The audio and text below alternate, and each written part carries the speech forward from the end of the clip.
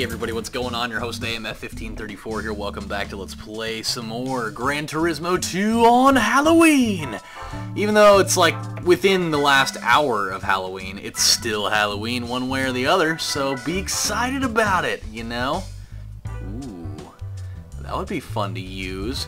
We're starting up an endurance race today, by the way, in case you guys were wondering, which I know that you guys all knew that already because I told you previously that's what's going on.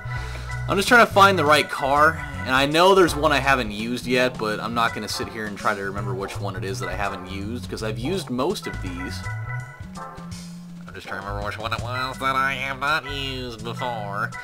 And it's on Laguna Seca, so it's going to be a place that is going to be pretty difficult to turn, and that's the part that's getting me, is that I'm kind of I don't know, I'm kind of freaking out a little bit in the sense that I don't know what car is the best one to drive in this situation, because I gotta have something that's still really fast, which makes me think I'm gonna go with this one. I've had good success with the R390, so I think we're gonna do that. It turns well enough, and I think that I've actually used it on one of those races before, so it's all about comfort and how you feel. Daddy, where you going in that dress? I'm gonna mow the yard. Okay, here we go. Yeah, dude, it's been a, I don't know, this has been such a weird Halloween for me this year. Mainly because of the fact that it never really felt like Halloween to me. I don't know why. It didn't really ever have that feeling to me at any point. I mean, outside of the part where there were trick-or-treaters going by the house in, like, record numbers this year, but I don't know, there was just something about the entire day that it never really gave off that vibe. Like, you know, oh my god, we're doing 90 laps on this joint. Oh my god. That is just not good at all. At least it's not a very long race, but holy shit, man. Really? 90 laps in this hellhole? And it's this race, too. Like, of all places to have to do 90 laps, this was the one, huh? I mean, thank god I saved it for the last, because I'm really glad we didn't do this at any other point. But I don't know, I never really felt like this was the day. Maybe it's because for most of the day I'd been so busy that I never really got the opportunity to enjoy it. Like, I never really got to do any scary movie marathons, necessarily, and, I mean, I had to work from 9 to 5, and after I got off of work, I had to go, run a bunch of errands. I had to go pick up a bunch of pizzas and stuff for the little get-together we were having at my house. But then after I got that done, I found out that one of my taillights blew out, and so, you know, it started doing like that weird click, click, click, click, click, click, click, click, click, click, click, click, the really, really fast stuff that it does on your, like, the back taillight when you know that it's out.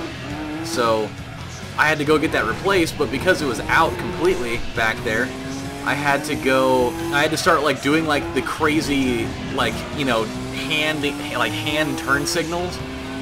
Only for the left side, though. Like, my right one still worked, so it wasn't that big of a deal, but I had to do, like, the weird, like, jackassery stuff that bicyclists have to do.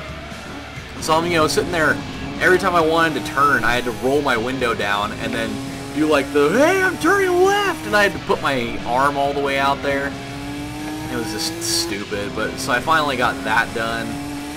And then I found out after I went and got my, you know, changed my turn signal when I was going to be on my way home, which was a decently long drive, I found out that, like, 3 of my tires are pretty much bald. We're talking, like, you know, 13-year-old vagina bald. We're talking, like, no tread whatsoever. That was a terrible reference to make, but it's true, though. I mean, how many 13-year-olds do you know that are laden in the tread?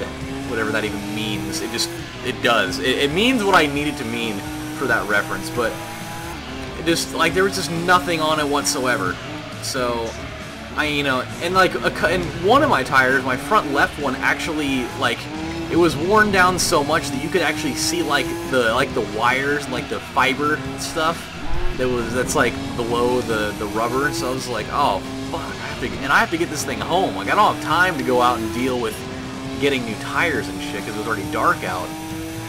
So yeah, I was driving home and I had to pull over like 2 or 3 times just because I was like super paranoid that I wasn't gonna make it. You know, it was just gonna be because my tires started making weird-ass noises, and I was like, dude, I can't blow this thing out right now. Like, that's not the situation I need to be in. I just need to have something else happen for this at the moment, and I mean, luckily for me, I ended up getting what I wanted, because I made it home in one piece, but I almost ran over a guy when I was in my own neighborhood.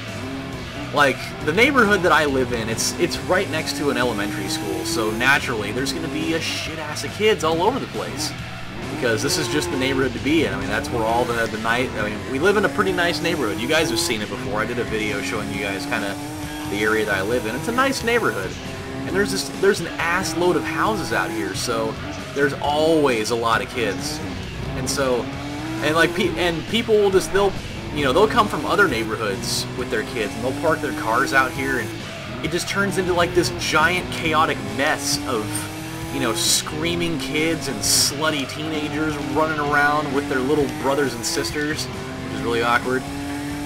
But, when I was, like, 2 blocks from my house, I mean, I had to creep around going, like, a modest 5 miles an hour, and there was this guy. He was, like, 70 feet in front of me, and so I'm barely putting around through here, and, he decides that, he's going to try to cross the street right in front of me, which, is fine, because he left me enough warning that he was going to do it. So he starts going, but then he stops, like a quarter of the way through his little idea of him wanting to do that. So it's like, okay, and so I keep, like, inching forward, but I'm slowing down a little bit, because I don't really know what he's going to do. And then he inches out some more, and so I have to slow down more. And then he jumps back to the very beginning, like, back to the side of the street. I'm like, okay, and then I start going, I'm like 5 feet away from him, and he just like starts darting out in the street, and so I have to slam on my brakes, and then he stops and runs the other way again. It's like, what are you doing? And this guy, like, it wasn't a little kid. This guy was like a fully grown man, stricken with the disease of indecision. I'm just like, dude, I don't know about fucking ran you over. And no policeman in this world is gonna be like, hey, well, that guy was jaywalking, so it's not your fault that you ran over him at a modest 5 miles an hour. They're gonna be like, well, why didn't you just let him go? Like, I tried to let him go, but he kept not wanting to go, and then I ran him over with my car. I mean, bitch had it coming, It's not my fault that, he's got his own agenda going on. But yeah, dude, it's just, it's weird to see, like, how... in a sense, like, Halloween costumes have evolved so much from what they used to be. Like, yet they're still the same concepts of what they've always been. I mean, you think of, like, your traditional Halloween costume. It's, there's, like, the ghost, and there's the demon, and then there's always, like the girly stuff, like the princesses, and the queens, and the bride. Even though I did see a bride, like, it was like an old-timey, kind of like, I don't know, like way back in like the colonial times looking bride. It was kind of weird. I'd never seen anything so like randomly patriotic before. And then I was looking just a couple days ago at like old school Halloween costumes, like the scary ones, and the ones from way back when are like 10 times scarier than the stuff that there is now. And it's like, that's just because that's how it was back then. Like, if you don't believe me, look up old-timey Halloween costumes and tell me that that's not some of the scariest shit that you've ever seen in all of your days. Like, they had, like, little kids dressed up as, like, ghosts and zombies. Not necessarily zombies, but, like, the undead. And just, like, weird stuff, dude. And, like, I don't even know... Oh, there it is. That's our first mistake. Shit, I don't remember how to back up. No! I don't remember how to back up. Oh, okay. It's been so long since I've had to do that. Oh my god. This is not good. Wow, we have significantly fouled things up for ourselves here. Oh no. I spent a whopping 6 laps trying to build that lead, and I went and shit it all away. Just because I, believe it or not, forgot how to turn. Or I forgot how to go into reverse. That was really stupid. Oh well, what do you do? But yeah, dude, I just, when I saw them, I was like, oh my god, like this is what they were working with back then? I would have been terrified seeing that as somebody handing out candy. Like, nowadays, everything's like so, like, glitz and glam looking. Like even the zombies, like you can still tell that it looks pretty fake. And like the ghosts, I mean, it looks like somebody with a sheet. You know, it doesn't look like that scary. Like it looks really, really well done, but it never, for me, like seeing those now, it doesn't really look that scary. But my dear God, you go back and look at that old stuff, and you're just like, fuck. I don't want to, you guys, I'm just going to leave the bowl of candy out on the front porch. You guys can help yourself, because I don't even want to be seen near you people, because you guys look like minions of Satan. Oh no, don't, okay. At least we're getting close to reclaiming our lead again. I mean, I was trying not to jinx it while it was happening, but we were having a damn near perfect run. Like, we were doing really, really well. Way better than I had anticipated using a car of this you know, level of power out here. And we're getting, you know, we're about halfway to, you know, needing a tires change. But this whole 90 laps is going to go by actually a lot quicker than I had anticipated. And it's still going to take a lot of time, but we're doing really, really well, you guys. I think that it's only going to take about an hour and a half's worth of actual gameplay to do it, which it's going to take a few videos, but I think that we should be able to blow through this pretty easy, because I'm obviously not having a really significantly hard time, and these laps don't take very long. They're only a little over a minute, so this is good. Minus that one eyesore back there with the 133.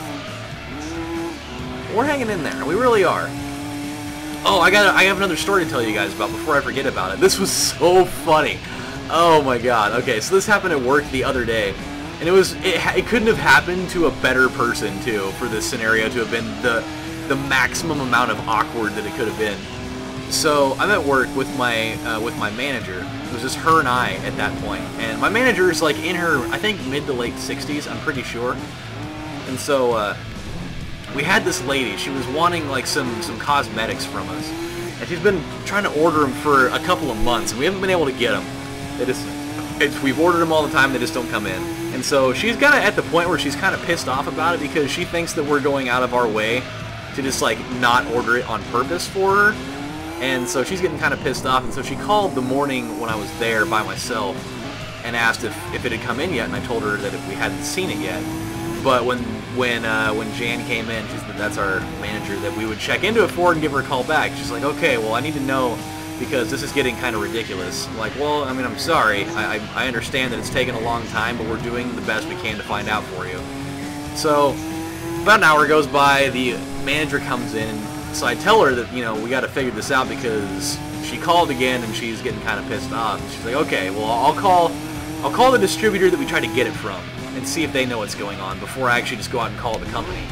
And so she called up those guys, and they said that it's a vendor problem. Like, it's something that just like the company that makes it, it seems to be having a problem, because they haven't been able to get it from them for a couple of months. So, well, okay, well, we'll give the actual company a call and see what happens.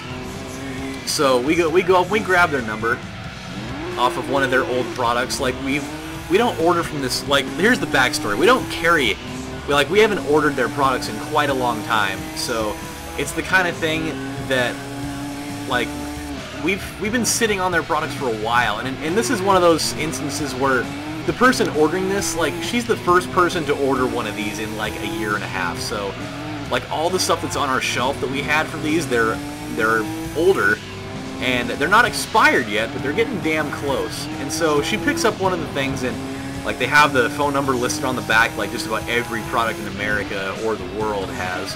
And so their phone number was 1-800-334-SKIN for skin, like a skincare product. And we're like, okay. So, you know, she dials up the number, and I go back and I'm working on something in the office, and a couple minutes later she comes back in the back and she's like, so I just called him up to go talk to him about that. I was like, oh really? Well, what'd they say?